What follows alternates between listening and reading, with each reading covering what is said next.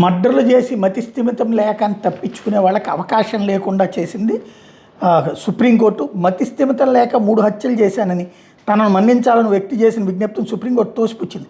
కింది కోర్టులు విధించిన యావజ్జీవ శిక్షను రద్దు చేయడానికి నిరాకరించింది. 2015 డిసెంబర్ 24 జరిగిన 3 వరుస హత్య కేసులో యావజ్జీవ శిక్ష అనుభవిస్తున్న 7 ఆనంద్ కుమార్ అనే వ్యక్తి దాఖలు చేసిన పిటిషన్ కొట్టేసింది. ఈ మేరకు జస్టిస్ సతీష్ చంద్ర శర్మ, జస్టిస్ సంజీవ్ సచిదేవులతో కూడిన ధర్మాసనం ఉత్తర్వులు జారీ చేసింది. ముద్దాయి ఆనంద్ కుమార్ తూర్పుగోదావరి జిల్లా కోరుకొండ గ్రామం. ఓ వ్యక్తి హత్య కేసులో ఆనంద్ కుమార్ సోదరుడు ఇద్దరు యావజ్జీవ శిక్షకు గురై విశాఖపట్నం కేంద్ర కారాగారం నుంచి విడుదలై వచ్చారు. జైల్లో ఉండగానే వాళ్ళ తల్లి చనిపోయింది. జైలు నుండి బయటకు వచ్చాక తనను పక్కింట్లోని 7 విజయలలిత, గెడ్డం నాగభూషణం, కండపల్లి కుమారులు ఏదో ఒక పేరుతో ఎగతాళి చేయడం, తన నేర చరిత్ర గురించి ప్రచారం చేయడంతో ఆనంద్ కుమార్ వాళ్ళ మీద కక్ష పెంచుకున్నాడు.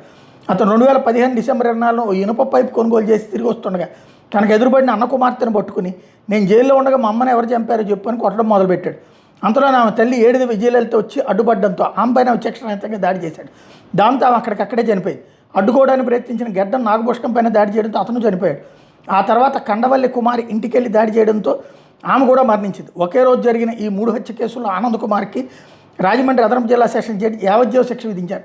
అయితే బైపోలర్ డిజార్డర్ కారణంగా తాను ఈ పని చేశాను, తన మానసిక పరిస్థితిని దృష్టిలో ఉంచుకుని కింది కోర్టు విధించిన శిక్షను కొట్టేయాలని కోరుతూ హైకోర్టు ఆశ్రయించగా అక్కడ నిందితుడికి చొక్కెదిరైంది.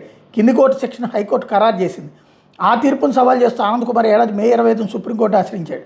మంగళవారం పిటిషన్ మీద విచారించి జస్టిస్ సతీష్ చంద్ర శర్మ, జస్టిస్ సంజీవ్ సచిదేవ్ ధర్మాసనం అతనికి శిక్ష నుంచి విముక్తి కల్పించడం నిరాకరించింది.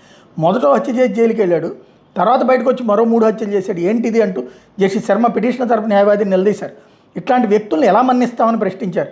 అతనికి మతిస్థిమితం లేదన్న విషయాన్ని పరిగణలో తీసుకోవాలని న్యాయవాది కోరారు. న్యాయమూర్తులు ఆ వాదనను తోసిపుచ్చారు. మతిస్థిమితం లేనట్టు మీరు పిటిషన్లో చెప్పలేదు, బైపోలార్ డిజార్డర్ ఉన్నట్టు మాత్రమే పేర్కొన్నారు, దాన్ని నిరూపించలేకపోయారని పేర్కొంటూ పిటిషన్ డిస్మిస్ చేశారు.